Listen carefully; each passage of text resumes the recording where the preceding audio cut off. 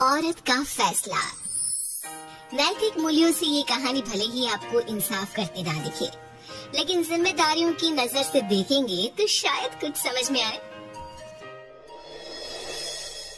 ये क्या है बहू, सुबह से घर का काम करती रहती है, फिर ऑफिस जाती है और बच्चों में लगी रहती है। तो ऑफिस क्यों नहीं छोड़ देती, या फिर घर के लिए कोई नौकरानी रख ले।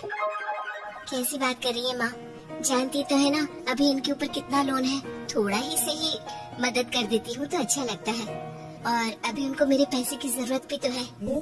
सुधा चंदर को बचपन से प्यार करती थी। एक ही मोहल्ले में खेल कूद कर बड़े हुए दोनों।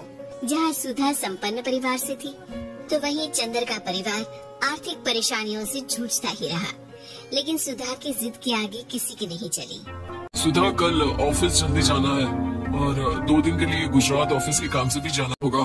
अरे कैसी बात कर रहा है बेटा, बहू को अगले महीने बच्चा होने वाला है, इस वक्त तो उसके साथ है। अरे कोई बात नहीं ना माँ, उनको जरूरी काम होगा, वरना मेरा चंदर ऐसे वक्त में मुझे छोड़कर कभी नहीं जाता।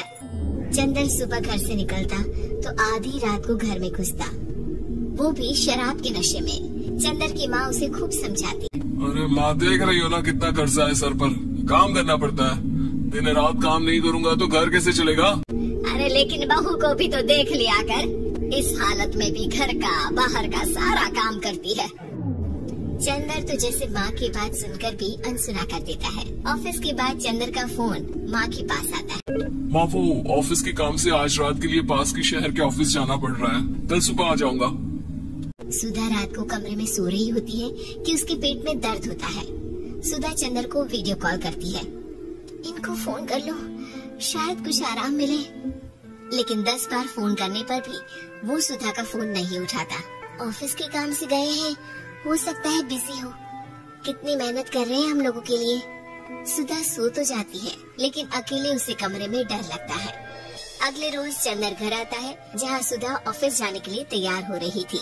तुम आज भी ऑफिस जाओगे? कल रात भर तो ड्यूटी की है, थक जाओगे, छुट्टी ले लो ना।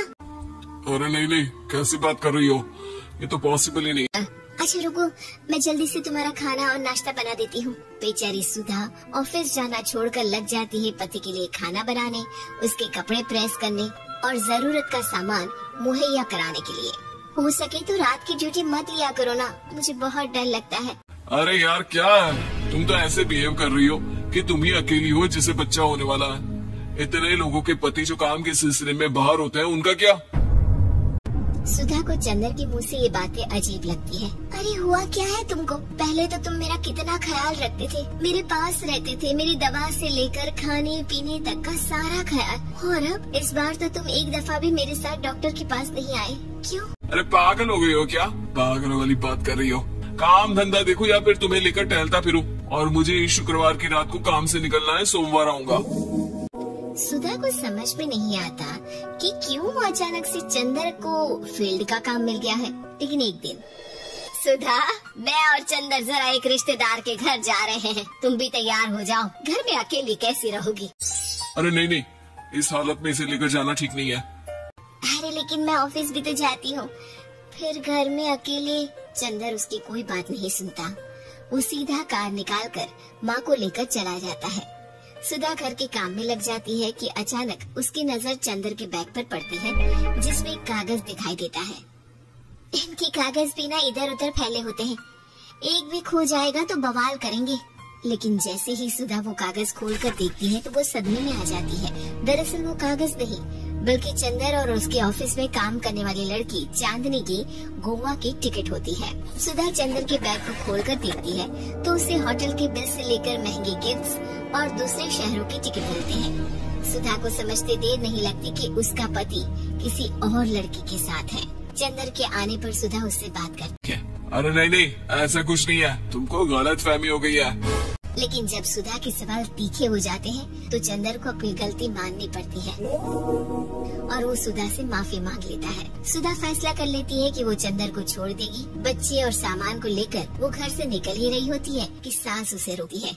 कहाँ जाएगी बेटा, रुक जा।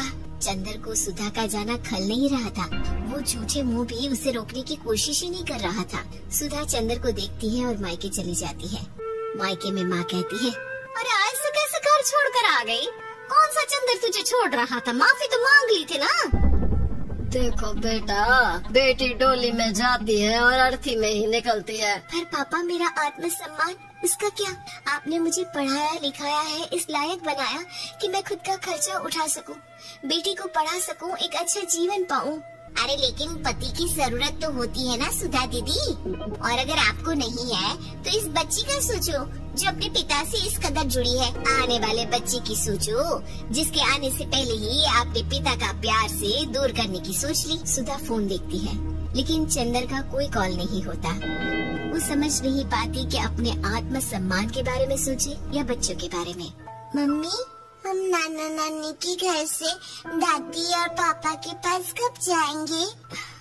नहीं जाएंगे बेटा, अब यहीं रहेंगे। नहीं मम्मी, मैं पापा के पास जाऊंगी, मुझे दादी के साथ रहना है। और मेरे साथ? हाँ, आपके साथ भी तो, सबके साथ माँ। देखो सुधा दीदी, आपकी सर पर पिता का साया होना जरूरी होता है।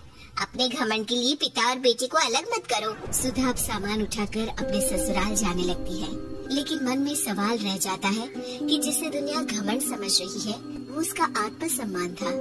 चंदन ने माफी जरूर मांग ली, लेकिन कभी ये एहसास नहीं दिलाया कि वो सिर्फ उसी का है।